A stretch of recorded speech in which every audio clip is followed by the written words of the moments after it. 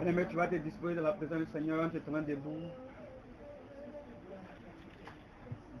Et pendant que tu seras debout, laisse-toi emporter par la puissance de l'Esprit de Dieu. Béni soit-il, Saint-Esprit, pour ta grâce. Tu vas lever la main droite vers le ciel. Et nous allons prier pour la parole. Dans cette disposition, je veux que tu sois disposé. Parce que l'Esprit vient jusqu'à toi. L'Esprit est disposé pour toi ce matin. Et je vois dans mon esprit des fardeaux qui sont en train de tomber. Des personnes qui étaient dans des vallées que l'Éternel est en train d'apporter sur des montagnes. Je vois des personnes qui sont en train de monter, qui sont en train de grimper des collines pour atteindre le sommet. Cette onction de restauration et d'établissement.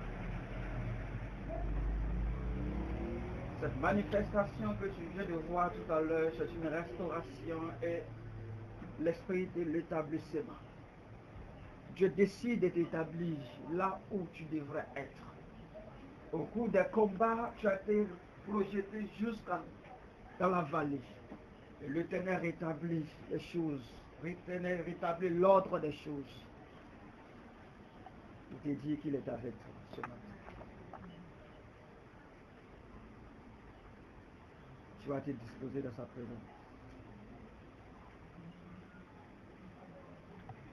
Merci, Esprit de Dieu. Que ton nom soit béni ce matin. Je te remercie parce que déjà tu établis ton règne dans la vie de chaque personne. Et je te prie de pouvoir à la connaissance, à la sagesse, à la manifestation et à la révélation de la profondeur de l'Éternel ce matin. Afin que chaque personne, Seigneur, puisse percer, Seigneur, le mystère qui l'entoure. Afin que chaque personne sortant de ce lieu soit restaurée, bénie et conduite par la puissance, par le feu de l'Esprit. Et que tout ce qui était contraire à ta puissance, Seigneur, soit dégagé. Et que ta main puissante, Seigneur, le propulse vers ta gloire. Béni sois-tu, Seigneur, au nom de Jésus. Amen. Tu vas acclamer sa présence.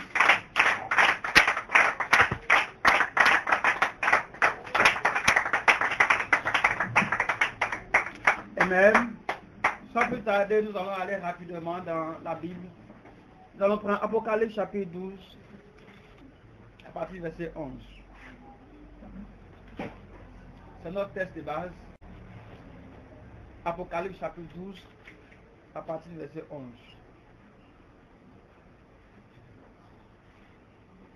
Jusqu'au verset 12. Apocalypse 11, 12. Et Apocalypse chapitre 12, 11 à 12.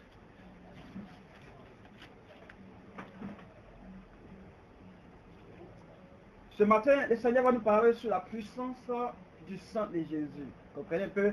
L'Esprit va nous enseigner sur la puissance du sang de Jésus. Et à partir de cet enseignement, à partir de ce message, tu vas mieux comprendre pourquoi il est important de marcher dans le sang de l'agneau. Amen. La Bible nous enseigne dans le livre d'Apocalypse chapitre 12 à partir du verset 11. La Bible dit, ils l'ont vaincu à cause du sang de l'agneau et à cause de la parole de leur témoignage. Et ils n'ont pas aimé leur vie jusqu'à craindre la mort. C'est pourquoi réjouissez-vous, cieux, et vous qui habitez dans les cieux. Malheur à la terre et à la mer, car le diable est descendu vers vous, animé d'une grande colère, sachant qu'il a peu de temps. Amen. Le verset 12 dit ceci. C'est pourquoi réjouissez-vous, cieux, et vous qui habitez dans les cieux. Malheur à la terre et à la mer, car le diable est descendu vers vous, animé d'une grande colère, sachant qu'il a peu de temps. Mais plus en haut, il dit, ils l'ont vaincu à cause du sang de l'agneau et à cause de la parole de leur témoignage. Amen. Dieu ici nous donne ce que l'apôtre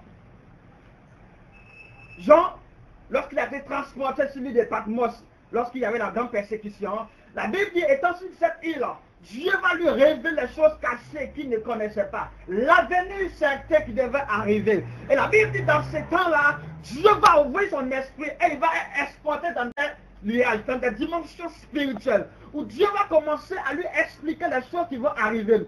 Et dans la vision qu'il a eue, il dit que le Seigneur lui a dit que les enfants de Dieu ont vécu le monde, ont vécu le diable, ont vécu tout ce qui est la puissance du diable, par le sang de l'agneau et par le témoignage de la parole. Et même, et maintenant, il prédit maintenant la terre, brille la terre. Voici le malheur qui va arriver. Parce que Satan est descendu dans une grande colère, animé d'une grande colère, dans le but de détruire tout ce qui s'y trouve. Amen. La puissance du sang de Jésus. Amen. Et comme je le disais la dernière fois, il y a une puissance dans le sang. Le sang, c'est la vie, selon Lévitique 17. Lévitique 17 nous enseigne que le sang, c'est la vie. Le sang, c'est l'âme. Et donc, dans ce sang, il y a la puissance de la vie. Dans ce sang, il y a la puissance de l'existence. Dans ce sang, il y a la puissance de l'humanité. Et la Bible dit que Jésus-Christ est venu mourir à la croix et il a jeté son sang, il a versé son sang a jailli. Mais la Bible nous enseigne que toi, enfant de Dieu, tu as le pouvoir, tu as vécu l'ennemi à cause de la puissance du sang de l'agneau. Cela mérite une réflexion. Amen. Mais allons-y dans Genèse 3. Genèse 3 chapitre. Genèse chapitre 3 verset 7. Après que Adam et Ève aient péché, la Bible dit qu'ils ont posé une action. Au verset 7, Genèse 3, verset 7, il dit, lorsqu'ils ont fini de pécher, c'est-à-dire qu'ils ont mangé le fruit de l'arbre défendu, la Bible dit au verset 7 du 3e chapitre de Genèse, que les yeux de l'un et de l'autre s'ouvrirent. Ils connurent qu'ils étaient nus. Amen. Ils connurent qu'ils étaient nus. Et ayant cousu des feuilles de figuier, ils s'en firent des ceintures. C'est-à-dire que quand Dieu a fait Adam et Ève, la Bible nous en mentionne qu'ils étaient nus au préalable. Et après qu'ils aient connu le péché, la Bible dit que les yeux de l'un et l'autre se sont ouverts. Et à partir de ce moment-là, ils ont vu qu'ils étaient nus. Ils ont cherché à protéger leur nudité. Ils vont prendre alors à partir de cela des feuilles de figuier, des feuilles de marbre pour se couvrir. Mais la Bible dit que au verset 30, au verset 21 du même chapitre, une même action de l'Éternel a été faite. Au verset 21, après que Dieu ait donné la sentence, la Bible dit, l'Éternel fit à Adam et à sa femme des habits de peau et il les en revêtit. Amen. Après qu'ils aient fini de pécher, ils ont connu qu'ils étaient nus. Et la Bible dit qu'ils ont pris des feuilles pour se couvrir. Maintenant, au verset 21, le Seigneur nous enseigne un mystère. Il dit que Dieu va prendre les habits, soit que les habits de peau, pour les couvrir. Or, il ne peut pas avoir de peau sans qu'il y ait meurtre. Il ne peut pas avoir de peau sans qu'il y ait assassinat. Il ne peut pas avoir de peau sans qu'il y ait sacrifice. Donc, Dieu, par ce passage-là, nous enseigne le mystère prophétique du sang de l'agneau qui pouvait nous couvrir. Donc, cela veut dire que Dieu va faire le premier sacrifice pour ainsi voter une loi. Pour dire que lorsqu'un esprit est dans la colère, lorsqu'un esprit n'est pas dans la joie, parce qu'après le péché, le cœur de l'Éternel était enflammé, sa colère était enflammée. Donc il fallait quelque chose pour apaiser la gloire de l'Éternel. Mais la Bible dit, Dieu va se saisir d'un animal dont tu vas tuer. Le sang versant, il va prendre les habits, la peau de cet animal pour couvrir ses enfants. Il y a eu la sang qui est versé. Amen. Et c'était l'image des choses qui devaient arriver. Pour dire que C'est en Christ nous pouvons nous cacher. Mais avant que nous pouvons nous cacher, il faut que son sang coule d'abord.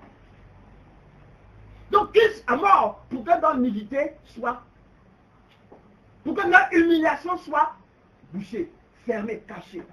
Donc la puissance du sang, la Bible, ils ont vécu à cause du sang. Donc la puissance du sang, c'est que ton humiliation soit cachée.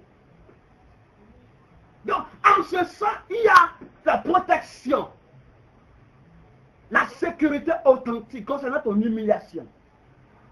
Tu ne peux pas être humilié quand tu es dans le sang. Parce qu'il te couvre et te cache. Mais ce n'est pas là le mystère. Ce n'est pas là la révélation. Amen. On va prendre Lévitique chapitre 17.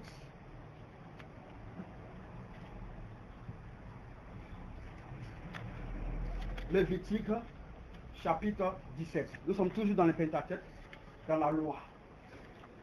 Lévitique est juste après Exode. On va prendre Lévitique chapitre 17.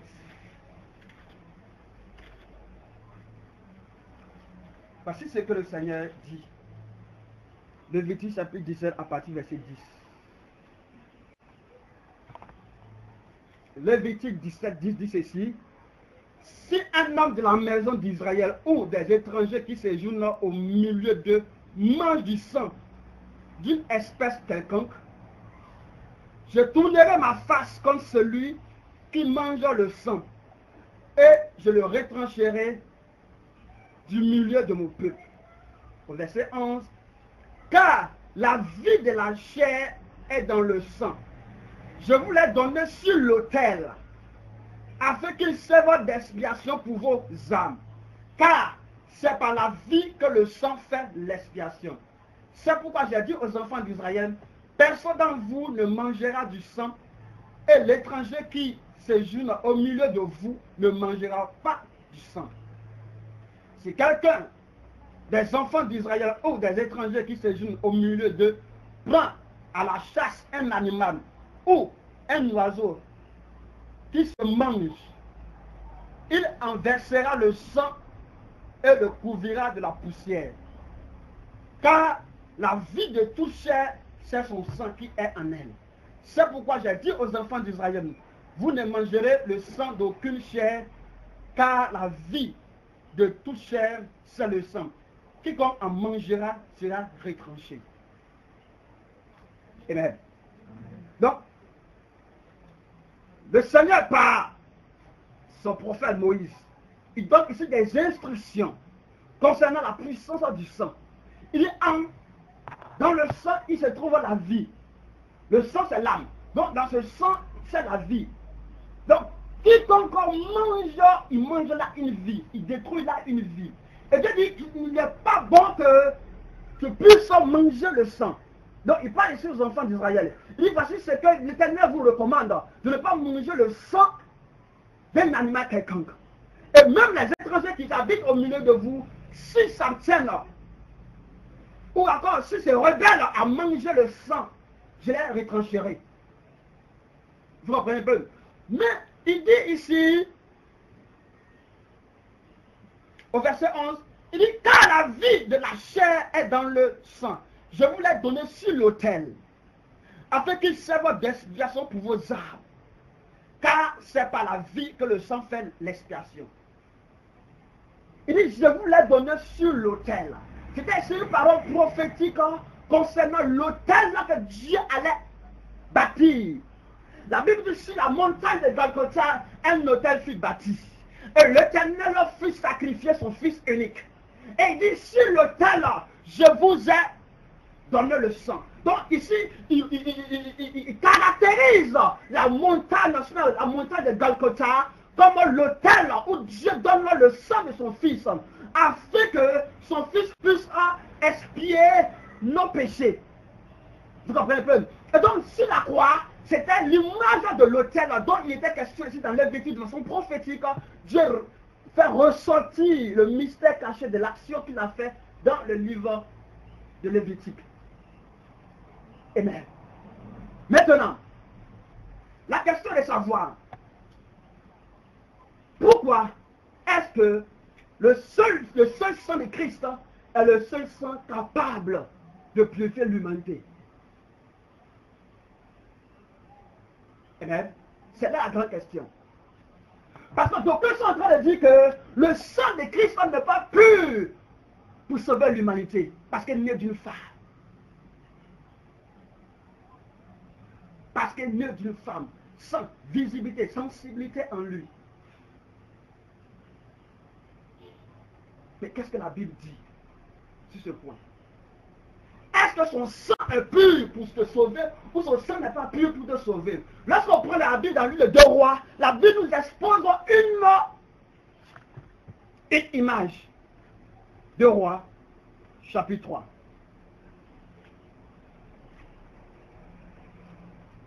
À partir du verset 26.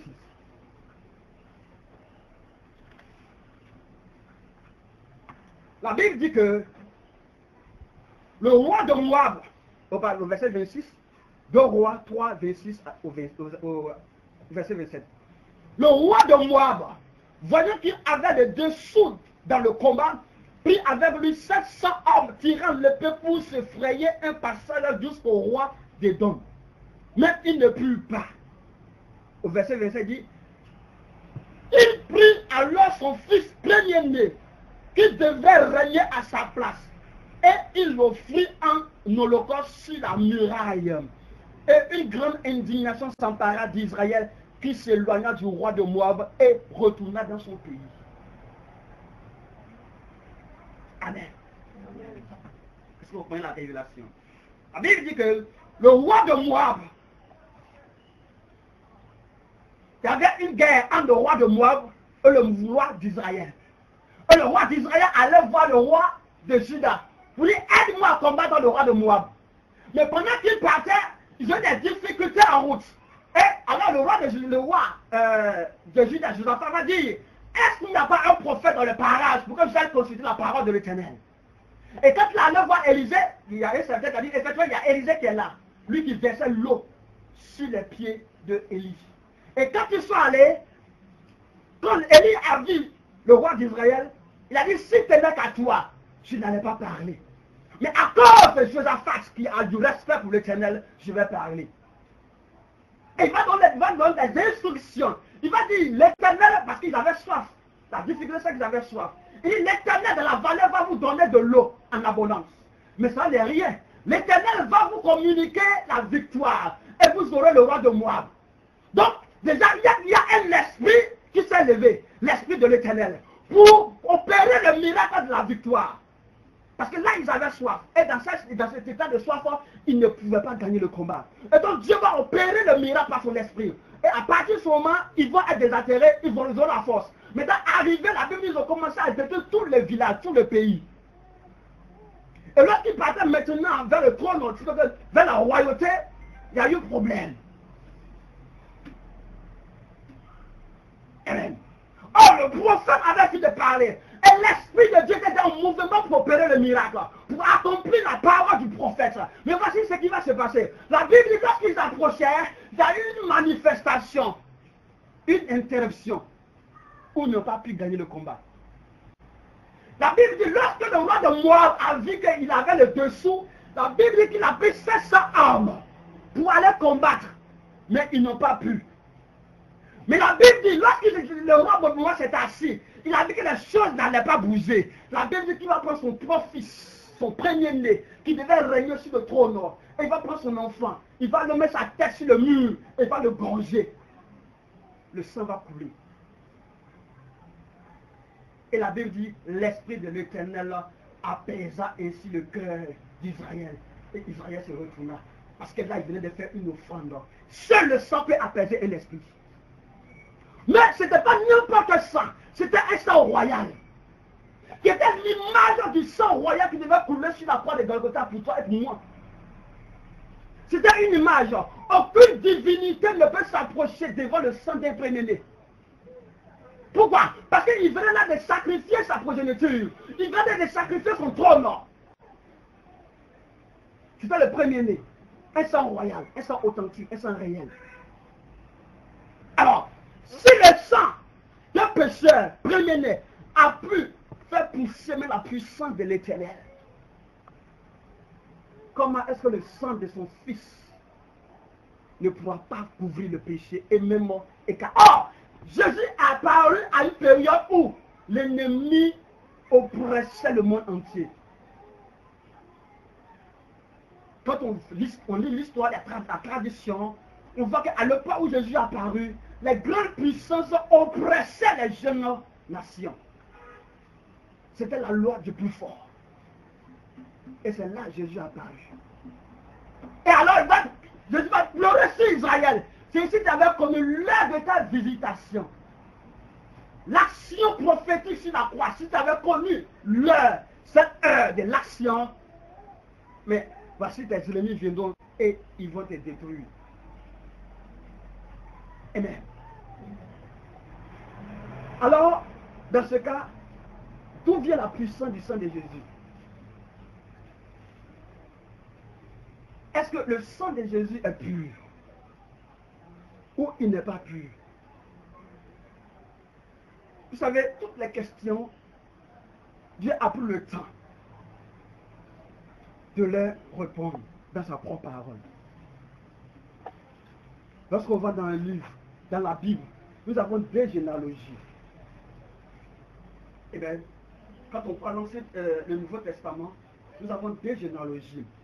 Mais peut-être certains, quand ils lisent la Bible, ils vont dans la Genèse jusqu'à l'Apocalypse, il va de plusieurs généalogies. Où on dit telle personne engendra ceci, telle personne fut le fils de cela, et ainsi de suite. Plusieurs certainement se posent la question de savoir pourquoi toutes ces choses-là. Au fait, en Israël, la généalogie avait un pouvoir, avait une autorité.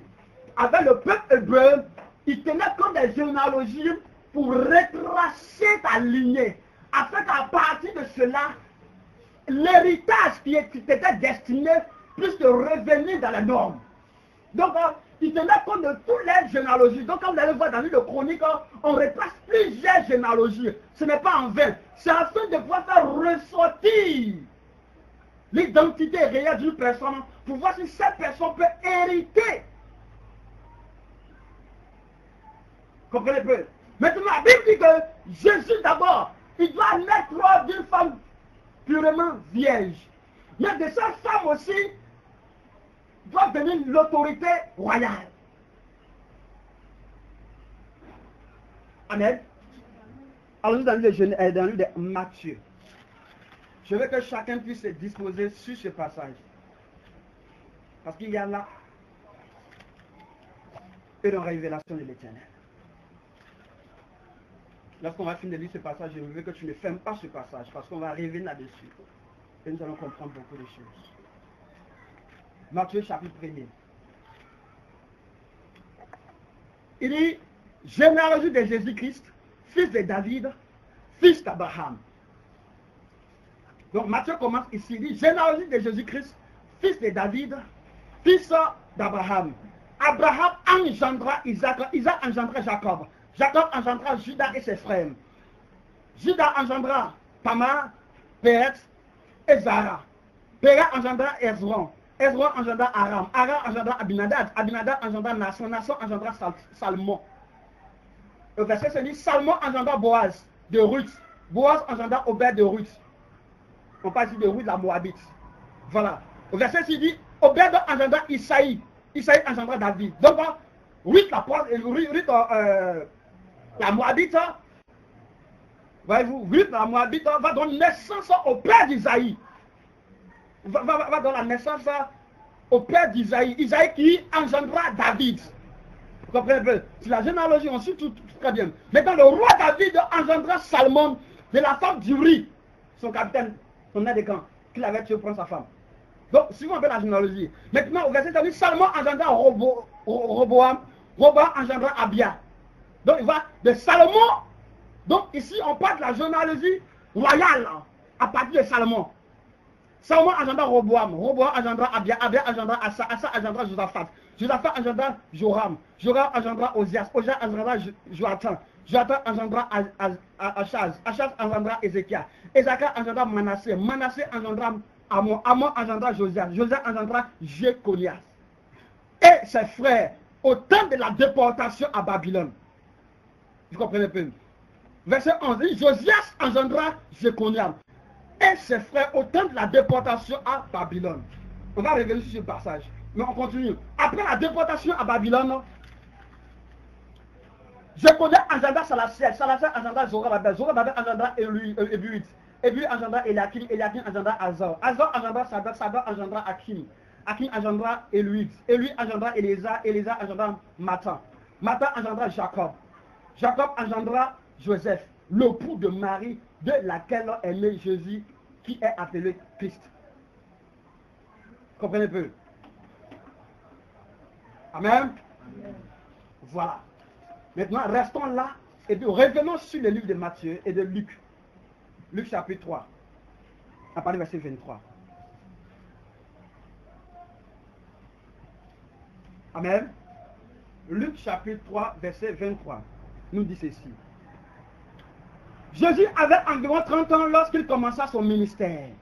Étant comme on le croyait, fils de Joseph, fils d'Élie, fils de Matan, fils de Lévi, fils de Melchi, fils de Janaï, fils de Joseph, fils de Mathassa, fils d'Amon, fils de Naum, fils d'Esli, fils de Nagaï, fils de Nat, fils de Mathassia, fils de Sénéi, fils de Joseph, fils de Joda, fils de Johanna, fils de Ressa, fils de Zorobabel, fils de Salatiel, fils de Néri, fils de Melchim, fils de Ladi, fils de Kozam, fils d'Elmadam, fils d'Er, fils de Jésus, fils d'Eliezer, fils de Jorim, fils de Nathan, fils de Lévi, fils de Simon, fils de Judas, fils de Joseph, fils de Jonam, fils de Yakim, fils de Méléa, fils de Néna, fils de Matata, fils de Nathan, fils de David, fils de Esaïe, fils de Jobed, fils de Boaz, fils de Salomon, fils de Nassan, fils d'Abinadab, fils d'Admin, fils d'Arni, fils d'Aaron, fils de Pérez, fils de Judas, fils de Jacob, fils d'Isaac, fils d'Abraham, fils de Tara, fils de Nachor, fils de Séru, fils de Rago, fils de Phalek, fils de Ber, fils de Salam, fils de Caïnam, fils d'Arpachat, fils de Sem, fils de Noé, fils de Lamech, fils de Mathushela, fils de Noc, fils de Jared, fils de Malélem, fils de Caïnam, fils de Nob, fils de Seth, fils d'Adam, fils de Dieu. Amen. Donc, on a deux généalogies. La généalogie de Matthieu nous parle de Jésus, fils de David, fils d'Abraham, fils de David. Et la généalogie d'ici nous parle de Jésus, fils de David, fils d'Adam, fils de Dieu. Pourquoi les deux généalogies? Donc, Luc essaie de retracer, comme il a dit dans son premier chapitre, il dit plusieurs ayant entrepris de composer un récit des événements qui se sont accomplis parmi nous, suivant ce que nous ont transmis, ceux qui ont été les témoins oculaires dès le commencement et sont devenus des ministres de la parole. Il m'a semblé bon, après avoir fait des recherches. On parle ici de Luc chapitre 1er. Au verset 3, il dit, il m'a semblé bon, après avoir fait des recherches exactes sur toutes ces choses depuis les origines, de te les exposer par écrit d'une manière suivie, excellente Théophile, afin que tu connaisses la certitude des enseignements que tu as reçus. Donc ici, Luc s'appuie sur des écrits d'abord. Et il dit que plusieurs ont entrepris d'écrire, de faire des rapports sur les événements qui se sont produits. Mais il a pris le temps de faire des recherches approfondies afin de faire ressortir l'exactitude de la chose. J'aime beaucoup le livre de Luc. Juste à cause de ce passage. Il parle ici de l'exactitude de la chose. Or, comme j'ai dit que dans le premier chapitre, si on s'appuie sur le premier, sur la première journal, sur la journal de Luc, de Matthieu, il est impossible que Jésus soit roi sur Israël. Eh bien, si on s'appuie sur la généalogie de Matthieu. Là, c'est vrai que Jésus vient de la généalogie, n'est-ce pas? Il vient de la généalogie de David. David par Salomon. Salomon qui engendra Roboam. Vous comprenez un peu? Et là, à partir de là, c'est normal qu'il soit roi. Mais la Bible dit qu'il y a eu une interdiction par le prophète. Dieu respecte la parole de ses enfants. La Bible dit qu'un prophète s'est levé. Parce que quand on regarde la généalogie au verset 11, on parle ici de Jéconia. C'est pas si vous avez suivi, il a dit que de faire attention à ce passage. Au verset, on dit, Josias engendra Jéconia et ses frères au temps de la déportation à Babylone. Or, lorsque nous faisons l'étude prophétique, nous voyons que dans le livre de Jérémie, c'est le prophète Jérémie qui avait fait ça. Dans le livre de Jérémie, nous allons rapidement lire Jérémie 22, je crois. Jérémie 22, partie verset 30. Le prophète Jérémie,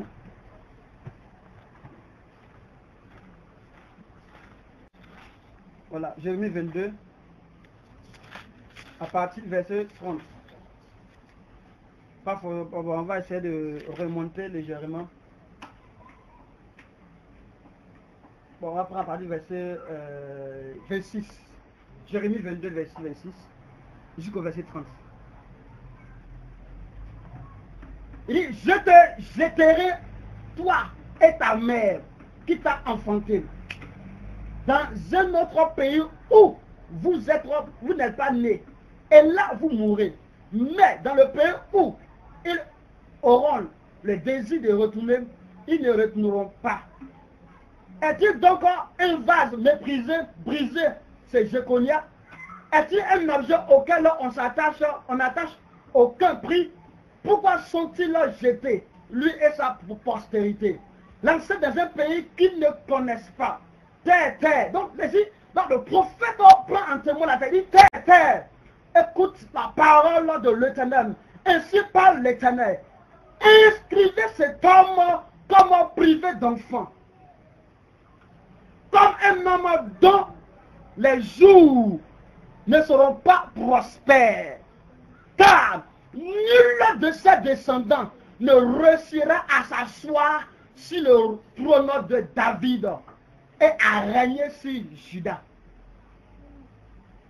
Vous comprenez un peu? Verset 29, il dit, terre, écoute la parole de l'Éternel. Ainsi parle l'Éternel. Inscrivez cet homme comme privé d'enfant. Ça, c'est une malédiction qui sort. Et qu'est-ce que le prophète fait? Le prophète fait appel à l'esprit de la terre. Et il dit à l'esprit de la terre que la terre considère que cet homme n'a pas d'héritage sur la terre des hommes. Et donc que la terre prenne attention et la terre soit témoin de la parole qui sort. Et il dit maintenant, il dit à la terre, inscrivez cet homme comme privé d'enfant. C'est-à-dire que même s'il a des enfants, considérez qu'il n'en a pas. Comme un homme dont les jours ne seront pas prospères. Car nul de ses descendants ne réussira à s'asseoir sur le trône de David et à régner sur Juda. Donc, nous voyons que dans la généalogie de Matthieu, Jésus vient de la lignée de Jéconia. Donc Jésus ne peut pas s'asseoir sur le trône. Il est impossible qu'il s'assied sur le trône. C'est vrai qu'il est de la lignée royale, mais il ne peut pas s'asseoir sur le trône. Il y a problème. Et ça dit que si on veut discuter son trône, à partir de cette généalogie, Jésus n'est pas roi d'Israël. Parce que il y a un de ses descendants, sinon qu'un de ses pères, qui a subi une malédiction. Donc il ne peut pas. Vous comprenez peu? Vraiment souvent quand les gens font de la malédiction, ils versent de l'eau sur la terre pour un témoignage à la terre, pour témoigner, pour dire à la terre d'être témoin de cette action. Et puisque tu marches sur la terre, partout où tu iras, La terre a un seul esprit. Et c'est le même esprit, c'est de pourra. Tu ne pourras pas prospérer.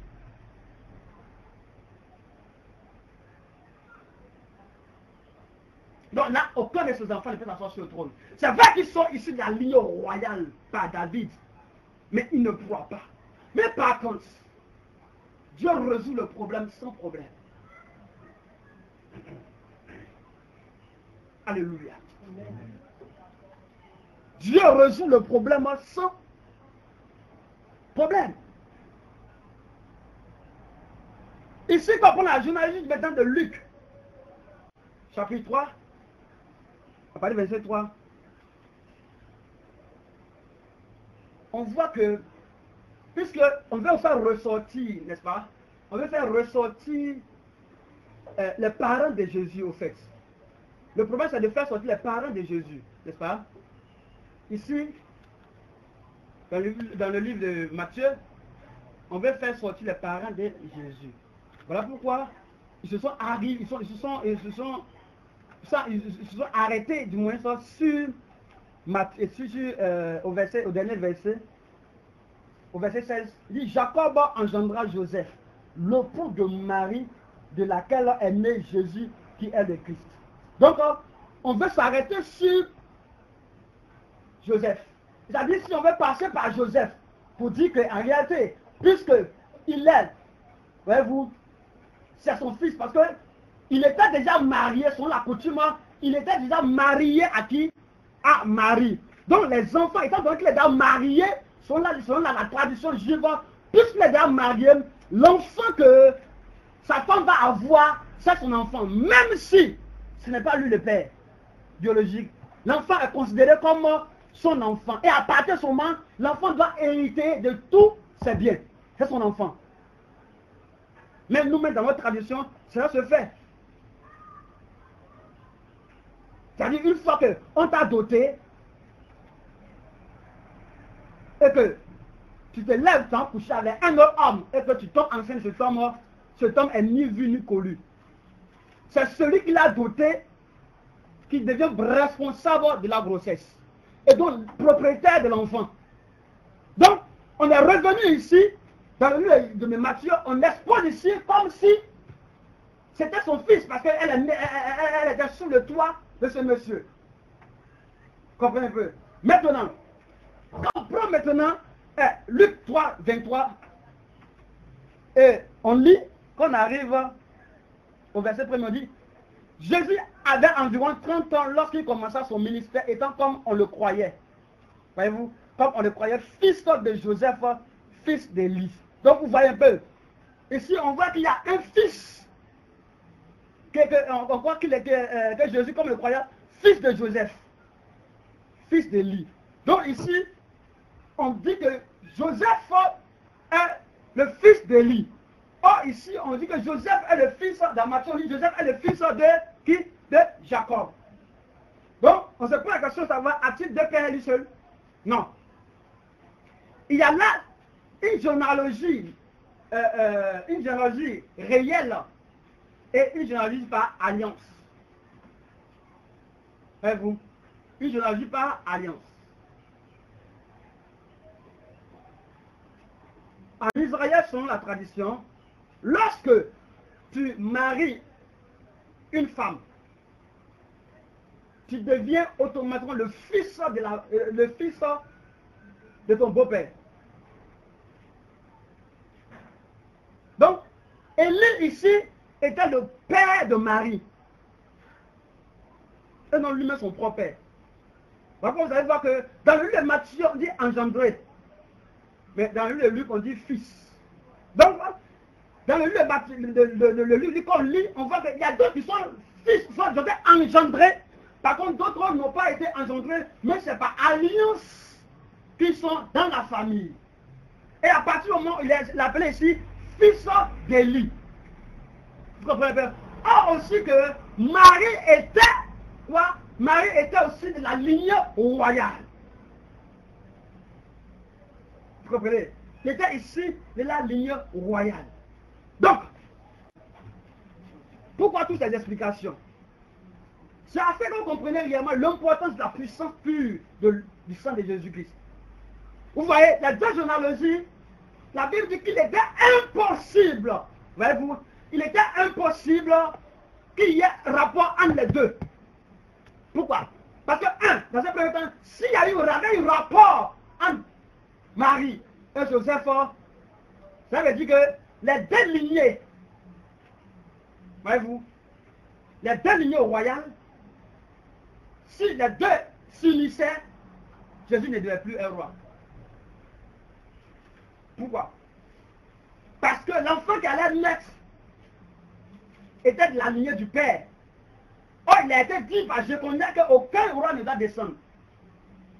Donc, lui, il est exclu. Et donc, maintenant, les deux sont mariés, mais n'ont pas de rapport, mais l'enfant est né. Mais l'enfant est sorti du ventre de Marie. Donc, ce n'est pas un enfant adopté. Donc, puisque Marie est mariée maintenant à Joseph, l'enfant devient l'enfant légal. Donc, il hérite le trône par Marie. Or, dans la lignée de Marie, il n'y a pas d'interdiction. Donc, le fils de Marie peut devenir roi. Est-ce que vous comprenez cela? On peut acclamer le Seigneur.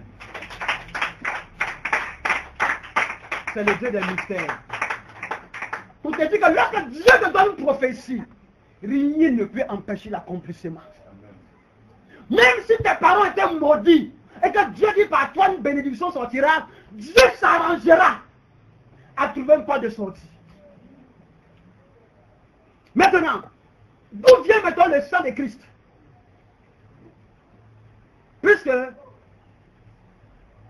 n'y a pas de rapport. Mais l'ange va dire, il dit, sois béni, femme à qui Dieu a fait une grâce. Donc, le sang est spirituel. Son sang était spirituel, son sang vient de l'Éternel lui-même. Il dit, tu tomberas enceinte par la puissance du Saint-Esprit. Ce ne sera pas une affaire humaine. C'est-à-dire que l'être humain ne va pas se retrouver là-dedans. N'est-ce pas? Maintenant, si ce passage-là, d'aucuns ne sont pas d'accord. Pourquoi? Mais je crois aussi à leur raisonnement. Mais leur raisonnement n'est pas juste par rapport à la Bible. Et par rapport à ce que nous vivons sur la terre. Vous comprenez un peu? La Bible dit dans le livre de Matthieu, au commencement était la parole. La parole était avec Dieu et la parole était Dieu. Elle était la lumière des hommes. Et en venant sur la terre, elle éclaire toute personne. Maintenant, la Bible dit que cette parole a été manifestée chair. Elle a habité où? Au milieu de nous. Maintenant, voici qu'on déclare que la parole existait avant. Vous comprenez? La parole existait avant. Et la même parole était Dieu. Maintenant, c'est la parole qui était Dieu, qui a été faite chair et qui a habité au milieu de nous, mais qui est venue par une femme. Mais est-ce que Marie, qui est une femme pécheresse, est-ce que son sang n'a pas contaminé le sang de Jésus? Non. Pourquoi? Une poule, une pintade, quand elle finit de pondre les œufs, elle ne couche pas sur les œufs elle-même. On les enlève, on va les mettre en bas d'une poule. Et c'est la poule qui les chauffe et les éclore, n'est-ce pas? Donc la parole vient, quand elle arrive, elle cherche simplement une femme. C'est l'œuf qui est là. Si on va mettre les œufs, mais quand elle chauffe les œufs, ce ne sont pas ses enfants. Amen. Jésus était le fils adoptif de Marie et de Joseph. Le sang ne venait pas d'aucun d'entre deux. Parce que où s'exprime la pureté du sang de l'agneau. Maintenant, étant donné qu'il est le premier-né d'entre les morts, d'entre les vivants, son sang est pur pour te communiquer la vie.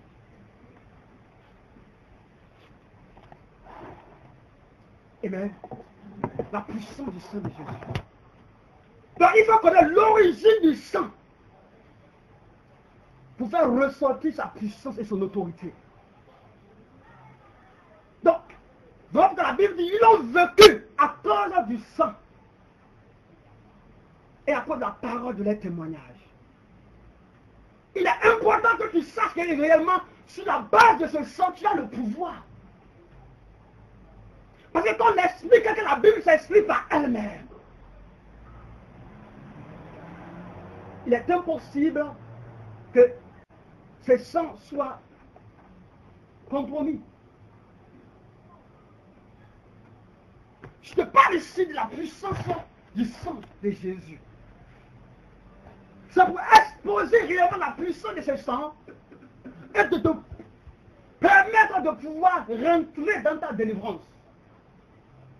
Parce que le sang de Christ a plusieurs bienfaits à la fois. Dans le sang, il y a la puissance de la guérison. Dans le sang, il y a la puissance de la résurrection. Dans ce sang, il y a la puissance du salut. Le sang a coulé pour tes biens. Le sang a coulé pour ton salut. Le sang a coulé pour la résurrection de tes activités. Ça dit quoi? Ça dit que lorsqu'on veut faire un sacrifice, on verse du sang. Soit pour apaiser des esprits, ou quelque chose de ce genre. Mais le sang coule. Parce que de façon prophétique, Dieu sait qu'il y a une seule monnaie spirituelle. Et la monnaie spirituelle, c'est le sang.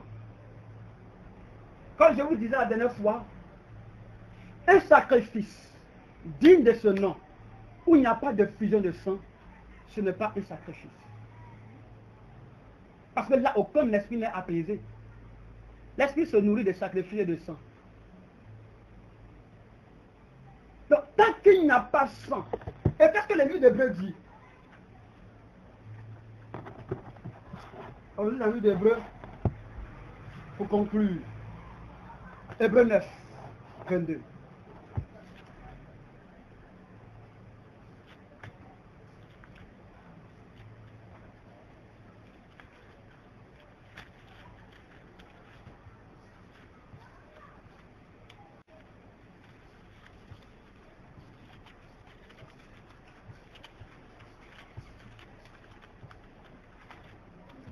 Hébreu 9, 22 dit ceci.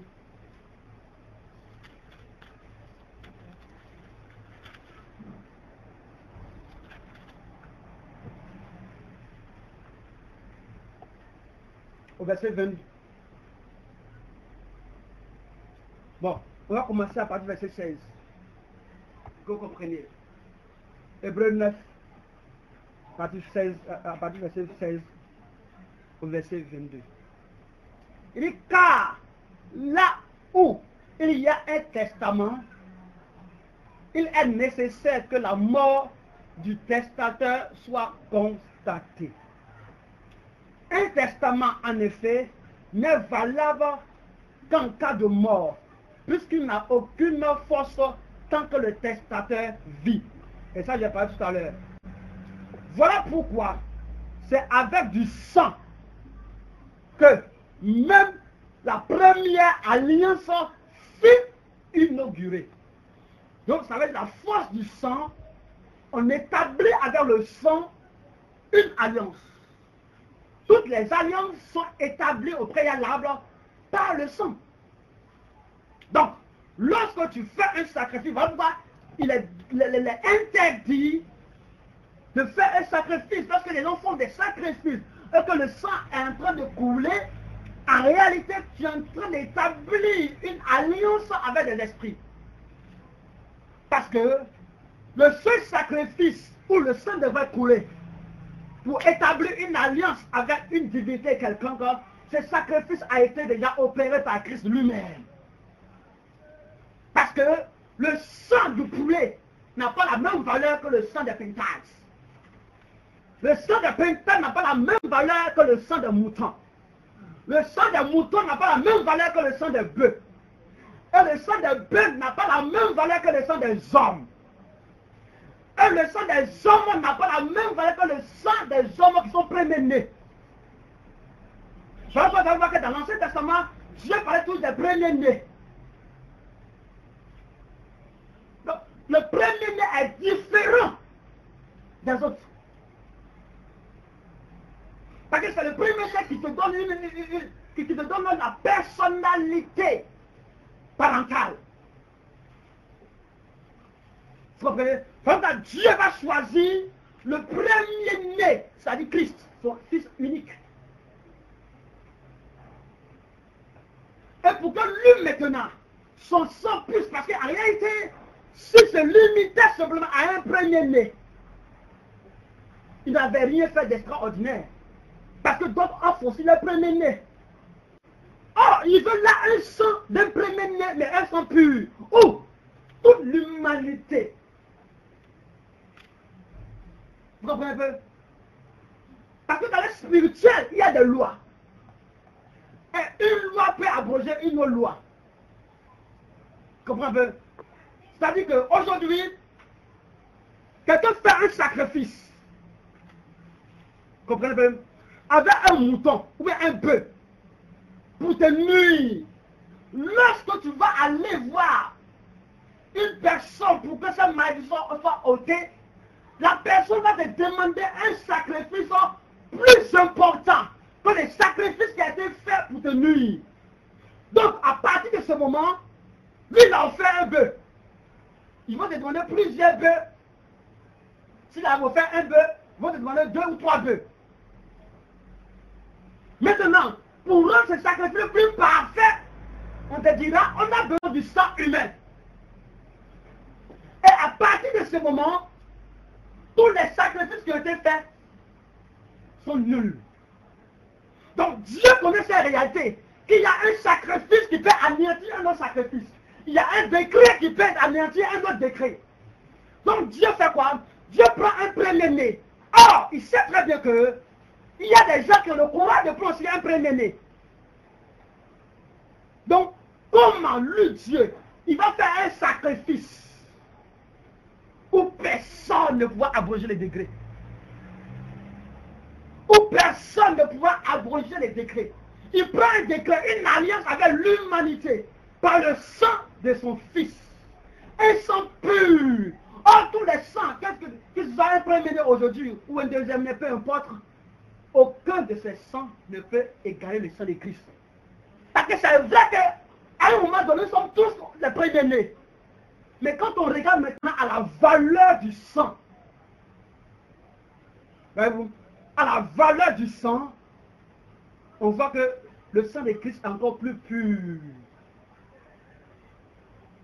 Plus pur. Vraiment souvent, quand quelqu'un veut faire des sacrifices, il dit, je veux un animal complet. Un animal complet.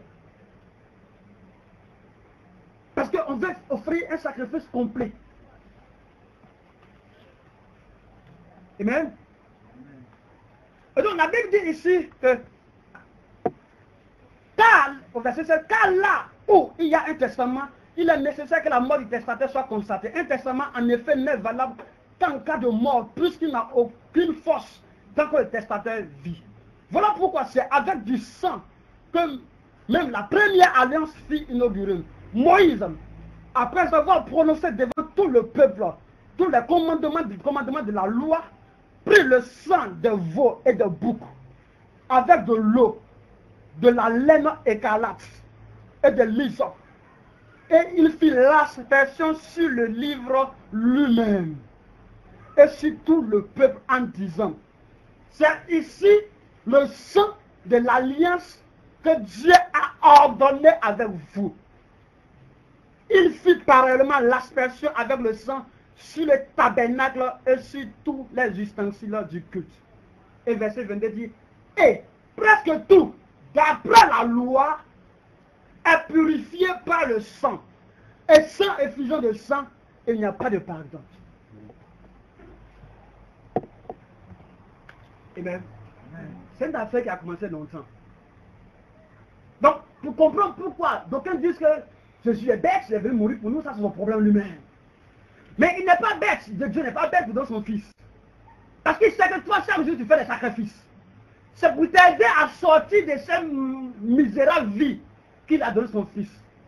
Donc, il faut comprendre d'abord la puissance du sang de Jésus pour chercher d'abord à discuter sur sa personne, sur son action, sur sa vie. Voici le mystère caché derrière cette action qu'il a posée. C'est pour que tu sois délivré ou libéré de plusieurs actions que tu poses dans l'ignorance et qui te puise.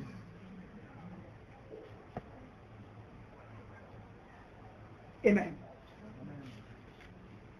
Donc il dit, et presque tout d'après la loi. Donc il y a une loi spirituelle qui a été votée sur laquelle, sans infusion de sang, aucun esprit ne peut être apaisé. Mais tu as la victoire par le sang de Jésus. Tu as le pouvoir par le sang de Jésus. Je veux dire à quelqu'un ce matin, s'il y a des sacrifices qui ont été faits dans le passé, il y a des sacrifices qui ont été faits sur ton âme et que ton âme n'a pas la paix, je vais t'annoncer ce matin que ces sacrifices ne sont rien. Mais il te suffit seulement de considérer le sang de Jésus pour que le sacrifice antérieur fait à ton nom pour ta destruction soit détruit maintenant au nom de Jésus. Je vais annoncer à quelqu'un que si une malédiction te suivait et que la malédiction a été libérée avec du sang, ce qui est normal, parce qu'il ne peut pas avoir une malédiction, une véritable malédiction libérée peut avoir effet que lorsque un sang a été coulé. Et que lorsque ce sang a été coulé, il faut encore même le sang pour pouvoir briser. Voilà pourquoi ces personnes qui sont maudites se disent que c'est bien sûr, il n'y a rien. Mais laisse-moi te révéler quelque chose. S'il y a une cause, s'il y a des difficultés, mais par le seul sang de l'agneau, non seulement tes péchés sont pardonnés, mais le Dieu des cieux te reprotège. Il te fait revenir à la surface pour te communiquer ta dignité absolue. Il te permet de revenir à la surface par son sang afin de te rétablir dans ta position première de fils, de fille, d'héritier du trône. Il dit, alors, puisque je vous avais créé à mon image et à ma ressemblance, et que l'ennemi vous a fait chuter, et ainsi des décrets spirituels ont été pris, et à partir de ce moment, vous ne vivez plus comme il se devait. Maintenant, Christ vient mourir pour vous. Mais la Bible dit que lui seul a été mandaté pour partager la gloire de Dieu. Mais étant mort pour toi, la Bible dit Dieu, alors à partir de ce moment, fait de lui héritier de Dieu. Alors il est l'ultime héritier de Dieu. Mais alors il partage son héritage avec toi. Papa a dit, il faut que je m'en aille au Père. Si je vais au Père et que moi je ne suis plus, alors mon action que j'ai faite, le testament que je viens d'écrire par mon sang, peut maintenant avoir effet. Voilà, la Bible dit ici, tant que la mort du testateur n'est pas constatée, le testament n'a pas d'effet. Or, Dieu ne voulait pas nous donner une procuration où le vivant est là. C'est-à-dire, celui qui signe la procuration, il est vivant, il est avec nous. Non, mais Dieu veut nous donner un testament tout entier où nous sommes héritiers. Et voilà, Christ est héritier de Dieu et vous êtes co-héritier avec lui. C'est-à-dire là maintenant, il fait de toi un frère à lui. Et donc du même Père. Et donc vous héritez ensemble du Père. Mais n'oubliez pas, c'est vrai que spirituellement, quand nous lisons un certain nombre de passages bibliques, nous voyons que nous sommes co-héritiers avec lui. Il s'agit de nous sommes frères de Jésus-Christ. Mais à cause de ses actions sur la croix, frère, tu n'es pas appelé à être frère avec lui. Tu lui dois amour, tu lui dois adoration, reconnaissance et respect. Parce que nul ne peut payer le prix. Il est frère, c'est vrai, mais il est Dieu dans toute sa divinité, dans toute sa plénitude. Il mérite adoration et respect.